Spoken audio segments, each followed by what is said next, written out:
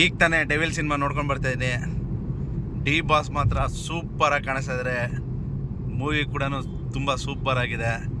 ನಮ್ಮ ಕನ್ನಡ ಸಿನಿಮಾನ ಎಲ್ಲರೂ ಥಿಯೇಟ್ರಲ್ಲೇ ಹೋಗಿ ನೋಡಿ, ಪೈರಸಿನ ಅವಾಯ್ಡ್ ಮಾಡಿ.